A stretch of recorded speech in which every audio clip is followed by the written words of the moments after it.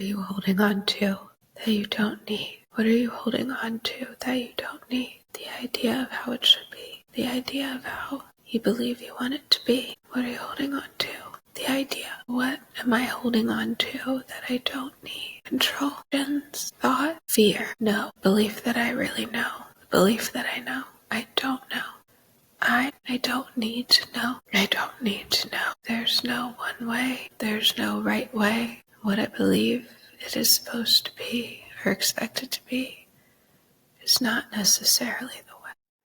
Hello, welcome to You Amaze Me, recording number 6, 7? Not exactly sure. I don't even need to say what recording number it is. You are here, and that's amazing. So be here with me. This is where soul meets story, story meets soul. It is a sacred space to embody love, light, magic, miracles, to embody wherever you are right now, to connect with your own sacred presence and my sacred presence. I am a mirror. And so the things that I share that come up in me also might be something that lands or resonates or offers, invites, confronts something within you. All of that is welcome. And it is the medicine of your own essence, of my essence, of being as opposed to doing, of supporting and being supported in this time that we have here together. And so if you're here and you want to stay, amazing. I share from stream of consciousness. I pull oracle, tarot, guidance cards, not from a psychic perspective, but from a resonance from the subconscious, that what is evoked from the card offers us something, offers us wisdom in the moment that we then can use emotional freedom technique or tapping on. So anyway, I'm so glad you're here, and I'm wearing a dress. I don't often wear dresses, so here, if you're watching a video, enjoy.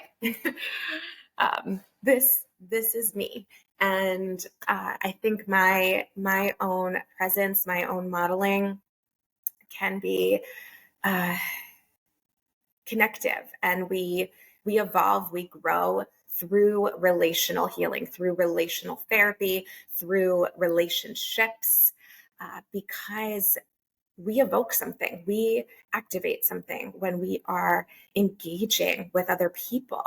And when we hermit mode, when we go into hibernation to do the healing work individually, there's value in that, though it's safe, it's protective at times. It's, well, if I'm not out there in the world and I'm not engaging with others, then I won't be triggered, or I won't be activated, or I won't have to confront something that they're bringing up in me.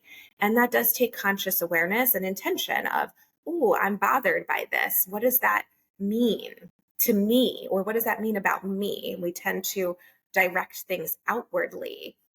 And so I just invite you to consider that even in this time here and what you're listening from my words to your ears, you might not agree with, and that's okay. Or it might land, it might resonate, or it might be nothing at all, and you forget about it and never think about it again. And that's a part of the process. And so what I wanted to talk about today, or focus on in this recording, is magic and miracles, because that's something that I've been saying for a while now. And back when it came up more into my awareness and I was using those words, I was like, oh, these are new words for me. And I'll share a little bit about what that means for me, what magic means for me, what miracles are to me. But I've realized that that's been with me my whole life, that I have been drawn and interested and fascinated by magic and witchcraft and the unseen and things that don't necessarily have evidence for. Yet so many of us believe we need evidence to believe something or to know something, to make a decision maybe. We rationalize, we logic our way into things and out of things. And there's value in that left hemisphere of your brain. as a part of this human experience, as a part of the human experience, sometimes we need to be grounded back in reality and in those rationalizations and logic and evidence. And we also have the right side of our brain, which is your intuitive, creative, expressive side of you, artistic. And that sometimes is abstract. And I've come across people that are like, I don't get abstract things. I don't understand those metaphors. Fine, that's okay. But that sometimes is what is so transformative for people when I put things in metaphors. They're like, oh, okay, now I get it. Because our feelings are unseen. And so when we put maybe our emotions creatively into a metaphor, that can help with understanding and to balance the right and left hemisphere of your brain in in in in your internal experience as a human helps you feel more at an equilibrium, at a homeostasis. But our society, our culture is so drawn to the left hemisphere. I don't know if that's by choice. I'm not too sure of the history. But what I do know, or what I have heard about the history, is certain cultures, uh, it was like forced, I should say, to be right handed. And our right side of our body is connected to the left side of our brain. And I say this through language often in yoga practice. And I also cue you to focus on one side of your body to help support and activate that side of your brain. And so many people are right handed, which uses more of the left side of the brain. And that evolved over time. My belief is that not we have more people, the majority of people are right-handed. And this isn't complete science. So don't take it like super concretely that everyone who's right-handed is going to be more logical and rational and use more of their left side of the brain. I'm right-handed and I tend to be a more artistic, expressive, creative, intuitive. But maybe that's because I try to use a lot more of the left side of my body to activate the right side of the brain. So saying all of this to create harmony and balance. So years ago, we were encouraged to be right-handed. People were encouraged to use their right hand, even if they were more dominantly, naturally left-handed.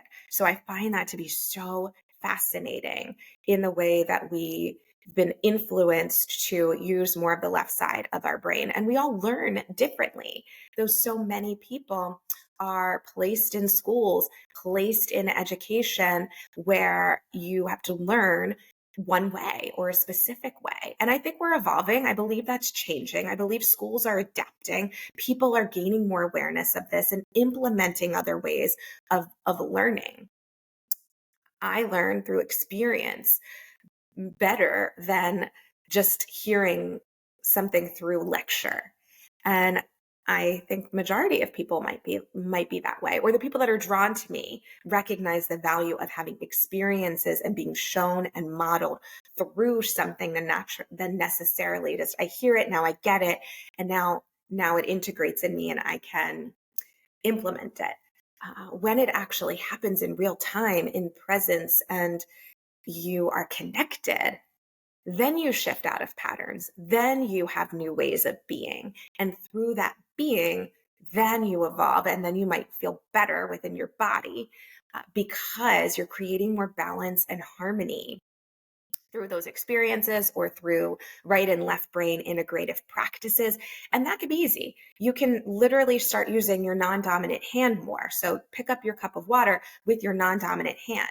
Practice writing out something with your non-dominant hand and see what comes. If you use a prompt like, I wish for blank, or I hope for blank with your non-dominant hand, see what you write, because that's going to connect more on that subconscious level where you're not planning out what you are going to say, but it naturally flows through you. And that's what this stream of consciousness is. I didn't plan to talk about the right and left side of our brains at all. That is what has shown up through me, maybe for you. And I trust it.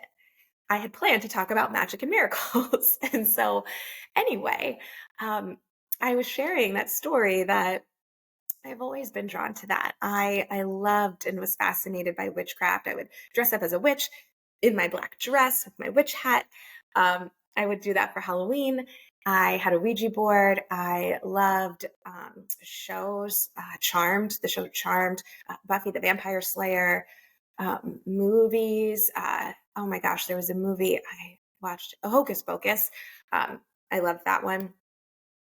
I loved that stuff. And I had a book, and when it was called Small Miracles, and it was all about people sharing their stories on what they believe miracles to be. And just yesterday, I was reflecting on this, that miracles to me are these small moments of gratitude.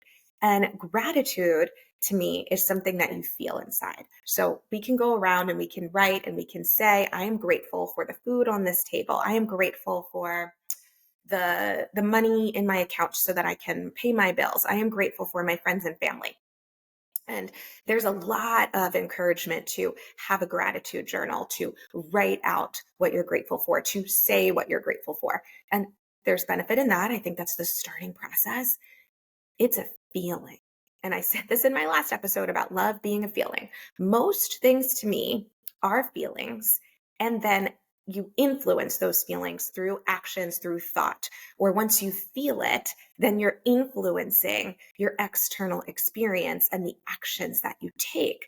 And I relate this often to the chakras, the chakra system within yoga. And that's why yoga and psychology to me go so well, because we have these grounding lower chakras, your root, your sacral, your solar plexus, and then your crown, your third eye, your throat, and then your heart. And it all meets in your heart.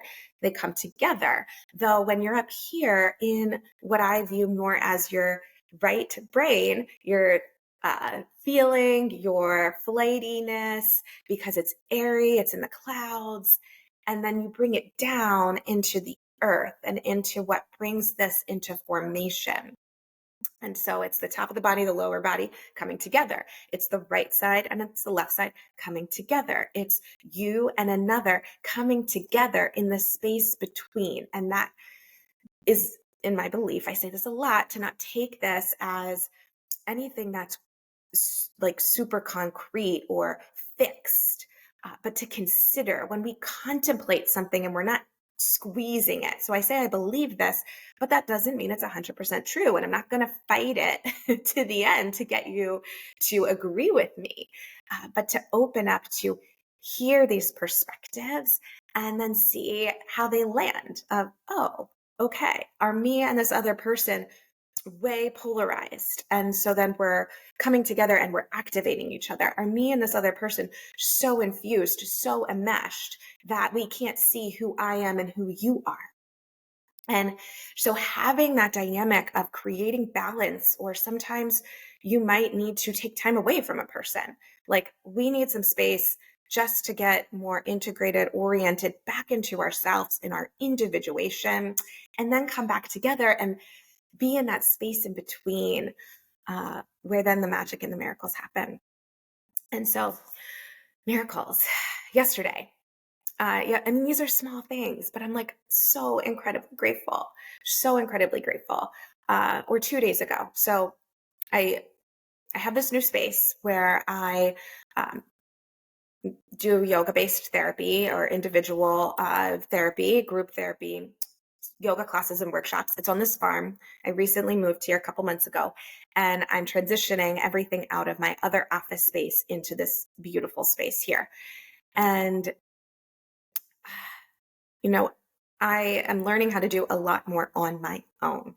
There's been a lot of dependence on certain people in my life where I'm like, help me do this because I don't feel self sufficient and I'm insecure and feel helpless. And then I get paralyzed and don't take action, or I complain and mope and cry. And so more and more, I'm like figuring things out, hiring someone to put up the curtains for me, or to help me hang pictures on the wall, because I don't even know how to use a hammer and a nail, and figuring out how to set up the internet. And these are things that I would rely on other people to do for me, whether it was my parents at one point, whether it was my partner. And I'm like, Amanda, you can do this. You can do this. And that's more now of my left brain, the like more independent, intellectualized, taking action side coming in and supporting me. That's also maybe more of the masculine energy. And so anyway, I had someone offer to help me move, and they had a truck, and it was such a blessing. It was such a kind offering. And usually I would deny that. I would be like, no, like I'm not asked that, you're not doing that for me for free, or I don't.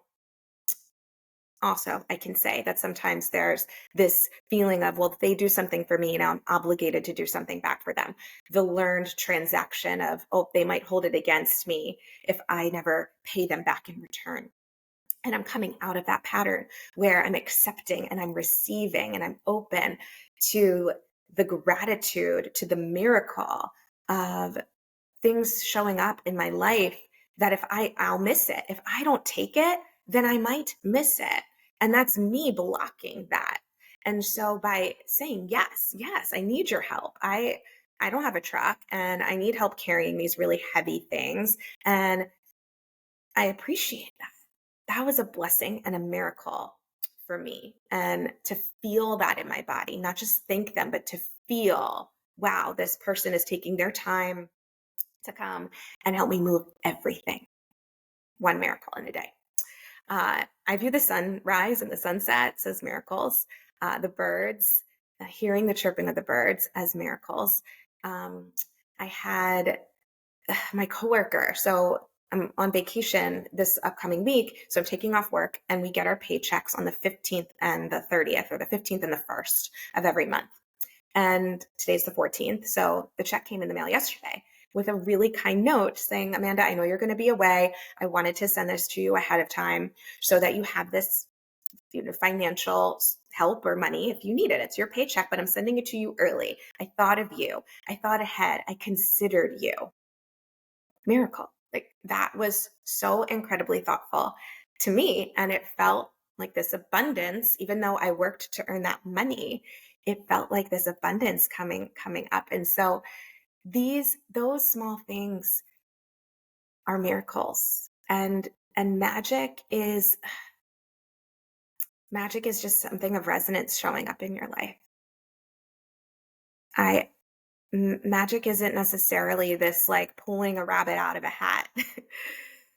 Magic is something that, here's another magic or miracle. I moved in here and I bought a queen bed. And so it was less expensive. So I got a queen bed. And then I had thought, oh, it would be so nice to have a king bed. I would love to have a king size bed. Never like actually had a king size bed. And weeks later, had this queen bed. Weeks later, one of my good family friends said, do you know anybody who needs a king bed? Like, I have one in our guest bedroom and my son's moving back home. And this is also connected. Like, this is also connected. This person, their son, is in the Alchemize community. The person who helped me with moving in the Alchemize community. And it's beyond words to explain how the energy of this community is so incredibly supportive, and the friendships that have been created by people coming together from different walks of life, but also similarities. So anyway, the son was moving back home and already had a bed. And so the mother's really close to my family was asking, not just out of curiosity, do you know anyone who needs a king bed? And I was like, well, I do. I could take a king bed. That to me is magic. Like, you could say, oh, that's manifestation. I wasn't trying though to get the king bed. I literally had the thought, oh, it would be nice to have a king bed. And then boom, a couple weeks later, organized, got the king bed. And then I had to figure out how to get rid of the queen bed. And that took weeks. So timing, I say this because it's not a rush. Timing will unfold divinely when you open up and you allow it. Not, how am I going to get a king bed? I really want a king bed. I need to make money to get a king bed. It's like, if it occurs, awesome. If not, okay, I'm content with my queen bed. Same thing with flowers. It's like, I want to have flowers in my space. I'm not very good at keeping plants alive. But I just said that out loud or in my mind. I want some flowers for this space. And then boom, I was gifted flowers for Mother's Day. So this was back in May. I had a client give me 2 pots. I should say I wanted flowers and plants, real ones. And this client randomly one day gave me a plant for mint and tomatoes. So this one over here in the back is a tomato plant. And then there was one for mint. Out of nowhere, just showed up. Amanda, we have a garden at home and I thought that you would like these. I can't make these things up. And I know it's not just me. It exists in all of you. And the Alchemized community is about unlocking these gifts of magic that might seem small, you could try to explain away with your left side of your brain with logic and intellectual or coincidence. And to me, it is energy, it's resonance, it's what you feel in your body, but you're not forcing, you're not clinging, you're allowing, and you're trusting. And so it's these stories that I get to share that are small, but the book Small Miracles has way more miraculous stories. And then there's a documentary on Amazon by Dr. Joe Dispenza. I don't think it's by him. He's just in it. That also talks about the miracles. I don't know if they use that word, of our energy and of our emotions. And that's where the meditations come in for me. And a lot of people are turned off and think this is like very woo woo. And fine, you can.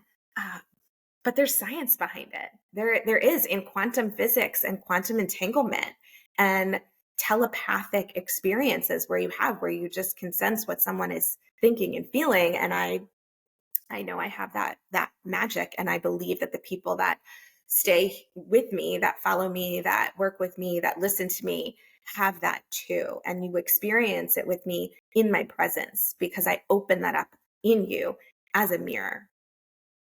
And it's amazing. And people have breakthroughs and epiphanies. And they say to me, Amanda, you put things into words that I'm not necessarily able to, or you ask questions in a way that leads me to think about something in a new way. And then the aha moments, the breakthroughs happen, not by force, not by a certain timeline, but because you are receptive. And that was the card in the last recording.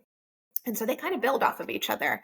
I think each card, like the death card in that very first recording of like, okay, you need to first shed some things, let some things go to open yourself up to changing your mental looping, your mental typical ways of thinking. Because I think that was in one of the other episodes, starting to take initiative and connecting with your integrity and what's important to you. And love, opening, receptive. So yeah, if you want another miracle story. So there was a day that I was in the grocery store and I really wanted to get some chocolate. It was around Christmas time and I really love dark chocolate with caramel. And so there was a certain brand, it's a really popular brand. And at the store, there was a bag of these dark chocolate caramel snowmen. They were in the shape of a snowman for winter and I think Christmas holiday. Usually they're just squares. And I planned to get it. I grabbed the bag with the snowman. I was like, these are so cute. And I go to check out and I was like, okay, this is so expensive. And it's really not, but I was like, I'm not paying that. When I realized how much it costs, I'm not paying this amount of money for this bag of chocolate. The square ones are less just because they're snowman. They like, like increase the price.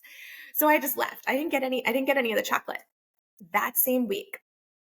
And this is why I love this work, because it's through my clients. And this is, like I say, relational healing not just for me, but for them, both, not just for them, but for me. We are working dynamically, and I'm healing along with you, or I'm evolving along with you. And I think that's why people resonate with me, because it's real. It's not, I'm this expert and my life is so much better than yours. And sometimes we do need that mentor that's a little bit above you, you could say, or a little bit further along than you. And sometimes you need the person that's a little bit behind you, and then the person that's right alongside you. And you dictate kind of what you're giving your attention to. If it's the person that, like, wow, look how far they've come, I admire that, and I want to kind of follow along in a similar way. And then the person with you, that's like, you get where I am and we're in this together. And then maybe the person that's still kind of behind you, that's looking up to you. That's one view. Anyway, this client showed up and gifted me like a Christmas gift. And I open it, and it's that bag of chocolate of the snowman. And I screamed. I was like, what? And I scared them, because I'm like, how did you know? And she was like, I didn't know. I liked them and thought you would. Those are so small. And again, don't downplay it. The more that you feel the synchronicity in that, the more you see your power, your magic, your gifts to co-create that which you desire in your life. So, magic and miracles. I had a word. I was doing words for each day of the month since December. December, my word was patience, because of the need to slow down, the recognition that not everything needs to happen so quickly or immediate, not to rush, especially not to rush through life. And then January was commitment, about a commitment to myself. And I don't remember all of the other words. I don't remember what February was. I know one of the words was love, for one of the months, and magic and miracles, more magic and miracles for May. This month is rejoice. All right. This month is rejoice. So there we go. Rejoice in June. So I'm pulling our card, and then we'll do tapping, and then that will be it, because we're already 26 minutes in.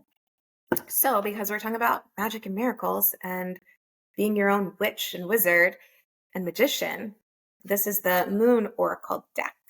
And they're all very witchy cards. And these words are just here to kind of guide us. So 2 fell. We have authentic, which is a value of mine, a very important word for me, and many people. And serenity fell as well. Serenity. And the bottom of the deck is radiant with owl. But authentic, we have the crescent moon. So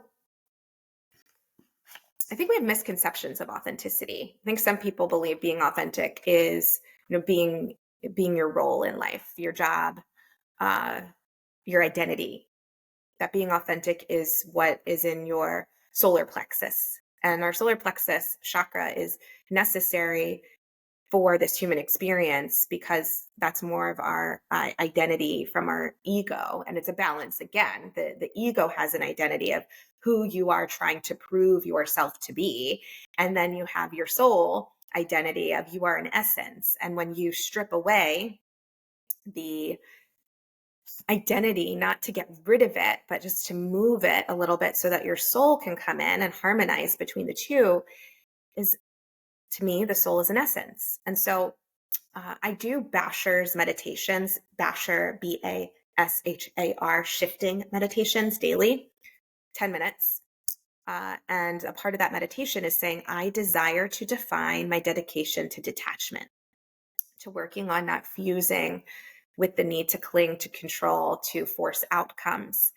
And so we're not forcing our identity upon ourselves or upon anybody. And so Bashar's meditation, he has another shorter meditation, where you look yourself in the mirror, you gaze into your eyes, you soften so that you can be present, with this like soul gazing, eye gazing, and you ask, who am I? Who am I? Why am I here? Why am I here? You take 5 minutes on each. So I guess it's not shorter, it's longer. Because then the next one is, what am I holding on to that I don't need? So it might be like 15 minutes if you do 5 on each. Maybe you do 2 minutes on each. And just continually, who am I? Who am I? And what has come up for me, and I recorded myself, and if I feel brave enough, maybe I will add a piece of it. I'm like crying as I'm doing this. And really what came to me is, who am I? I am safety and love. Safety and love. That's my essence. I'm devoted to truth, my own truth, and igniting, influencing others to be devoted to their own truth, to their own safety, to their own love.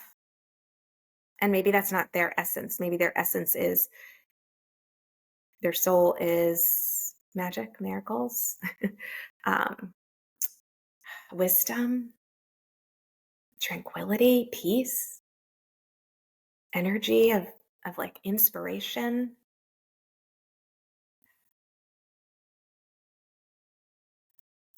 Maybe you close your eyes now and take a moment to contemplate that. Who am I? Who am I? Why am I here? I believe I'm here as this mirror of sacred presence, putting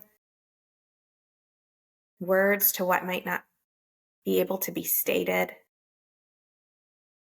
to igniting breakthroughs, to view things from other perspectives, to create a sense of safety in the space between us,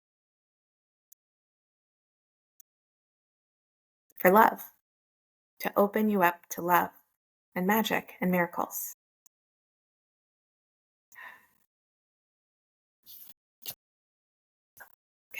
Okay. Authentic. Authentic.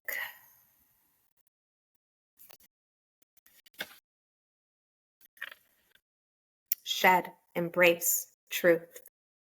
Peel away your layers. Reverse and go back from adulthood to childhood to discover your authentic self.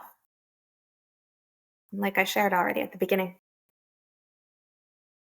as a kid, I was drawn to the unseen, to the felt sense, to the intuitiveness of wizards and magic and witchcraft. It doesn't have to be woo-woo.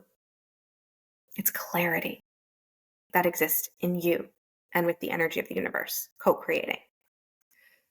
Unfortunately, society can influence us, slowly molding us into a cookie-cutter human. By the time we reach adulthood, we have often lost sight of our genuine self. Your pure and raw being is safely tucked away in your deepest core, where you protect it from others. Be brave and do not let others unnecessarily influence your beliefs, your values, and your opinions. Stay true to yourself. Embrace your private thoughts and entertain your passions. Celebrate all that you have learned from your life's experience. Carry your unique and individual torch high with pride. Let go of the facade that you may be wearing to please others. Purify and feel your freedom and embrace your true safety. The privilege of your lifetime is to become who you truly are. And that's Carl Jung. And he is one of my gurus. He's one of the people that I admire most. He's not alive anymore, but he's a Swiss, psychiatrist, psychologist, an early pioneer of psychology. And I resonate a lot more with him and Adler, Alfred Adler. Check him out too. We often think of Freud as like the big man of psychology. Yeah. We don't have to believe everything that we read or what is most popular. Let's tap. Side of the hand. Be here. Be here with me. Tap. Even though I may have had to sacrifice my authenticity for survival, I accept myself. Even though I've left myself so many times, I'm okay.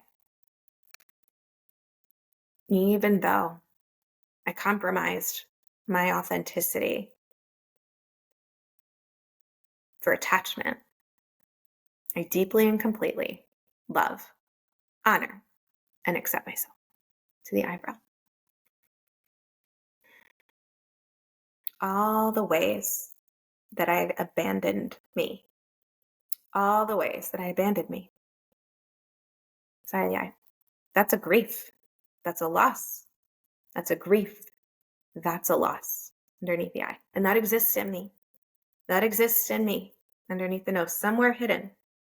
Somewhere hidden. The chin for protection. For protection. To the chest.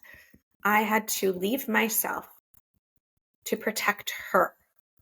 I had to leave myself to protect her, or I had to leave myself to protect him, or me, or them. I had to leave myself to protect me underneath the arm. And I don't know if my inner child realizes that. I don't know if my inner child realizes that. To the wrist, that I went away in attempt to keep her safe, or him. I went away in attempt to keep them safe. The top of the head. They're angry. That inner child in me is angry. To the eyebrow. Furious. Furious to the side of the eye. And that anger is valid. That anger is valid. Underneath the eye. Be mad at me.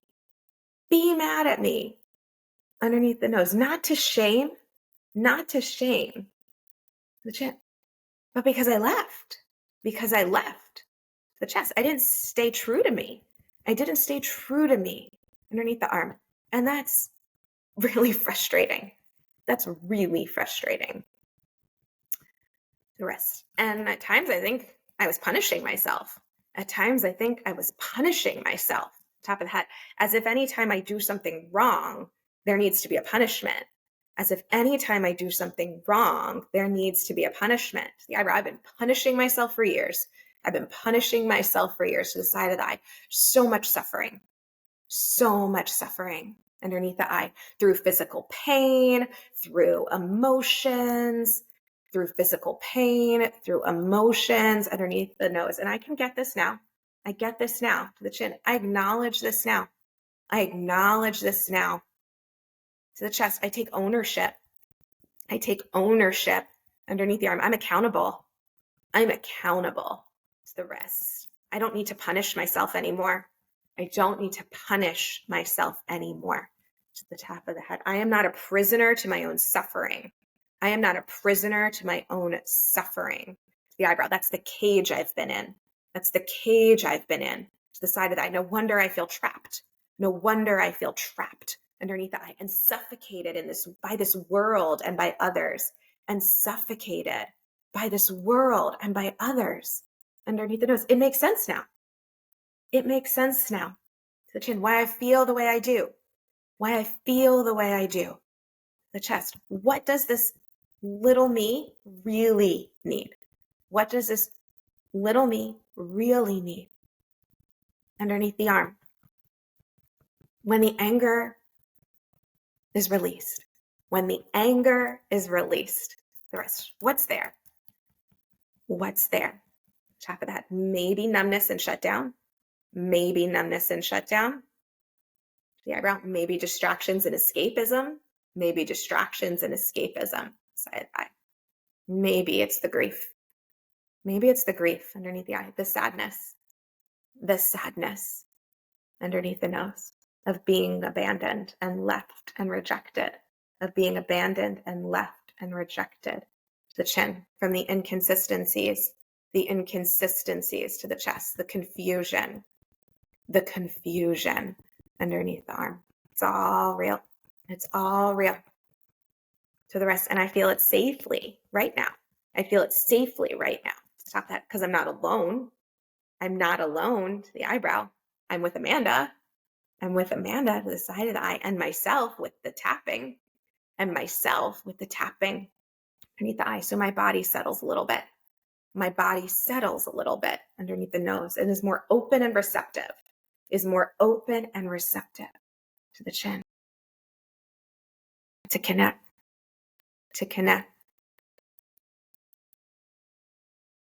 to the chest with a higher presence of self, with a higher presence of self underneath the arm that understands to the wrist, that's compassionate to the top of the head, that's curious to the eyebrow, that can provide some clarity, the eyebrow that I left to keep you safe. I left to keep you safe underneath the eye because I believed that I was harmful. I believed that I was harmful underneath the nose, or bad, or like a monster, Chin. I don't want to hurt you. The chest. That sacrifice beneath the arm was so well intentioned. To the wrist, that sacrifice was from a place of deep love. To the top of the head that I didn't even know was there. The eyebrow. But what if I'm not actually harmful? Side of the eye. What if I now know and trust that I won't hurt you? Underneath the eye. Or if I do, you're going to be okay. Underneath the nose. Maybe you're not going to perceive it as harm. The chin. Maybe you're going to understand and get me and see me. To the chest. We can see each other clearly. Underneath the arm. Not from a pleasing, improving place. Not from a pleasing and approving place. The rest, I don't have to hide.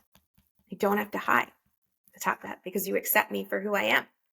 To the wrist, or to the eyebrow, in all my parts. The side eye, that's authentic. Underneath the eye. Love is the gateway to your authenticity. Underneath the nose, because my leaving was from a place of love and protection. To the chin. Love isn't always staying. To the chest. Love exists even if we're not physically there.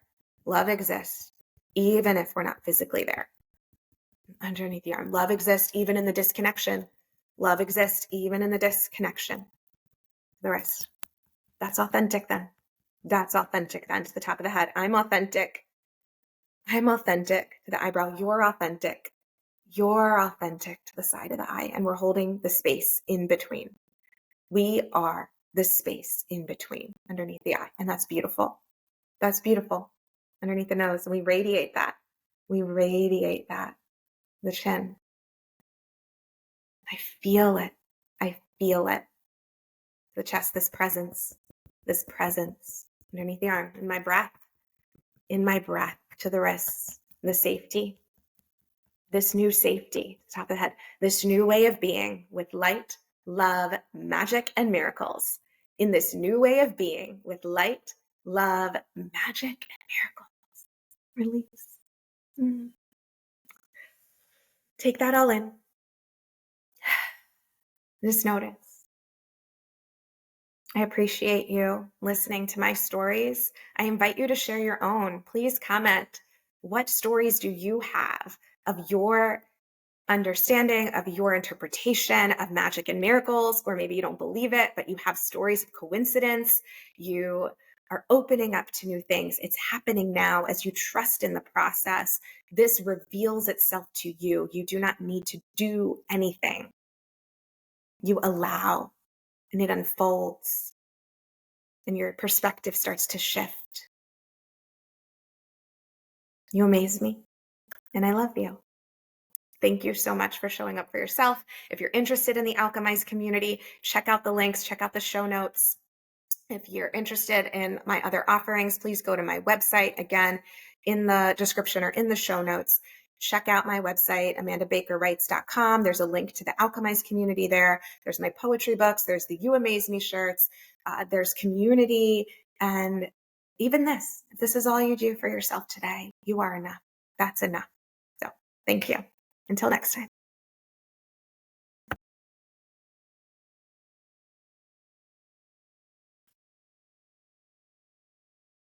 Who am I really? Who are you really?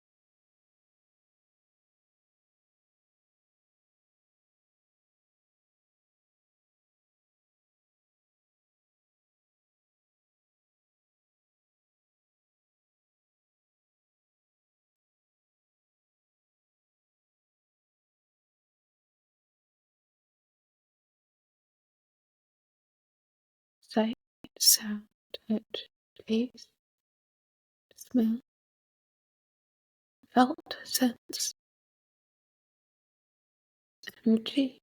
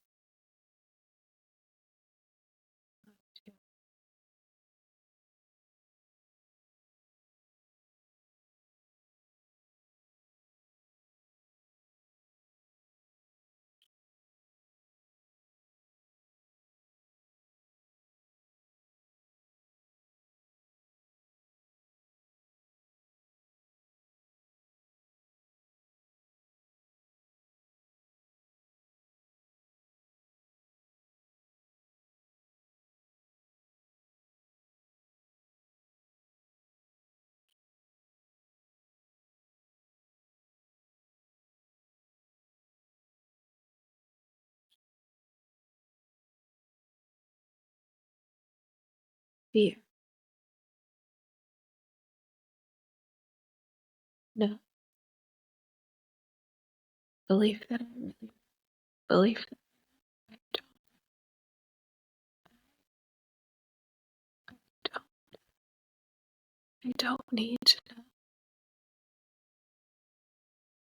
I don't need to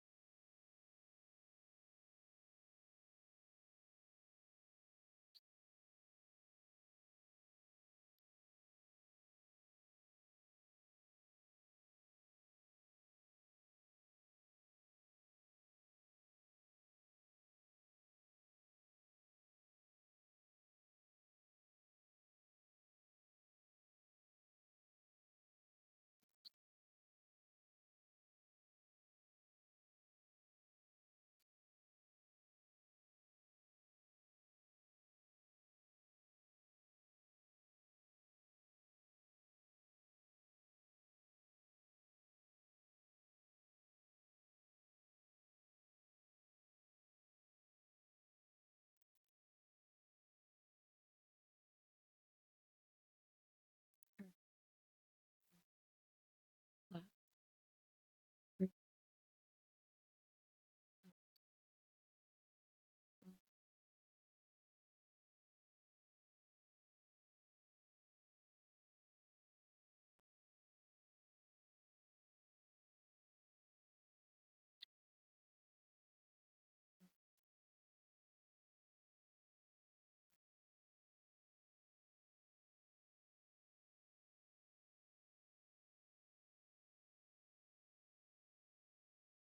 Explaining.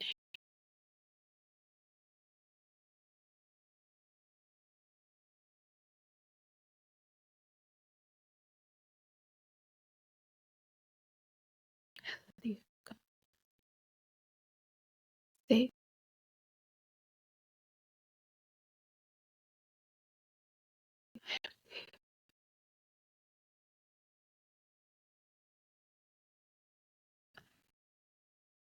trust, trust.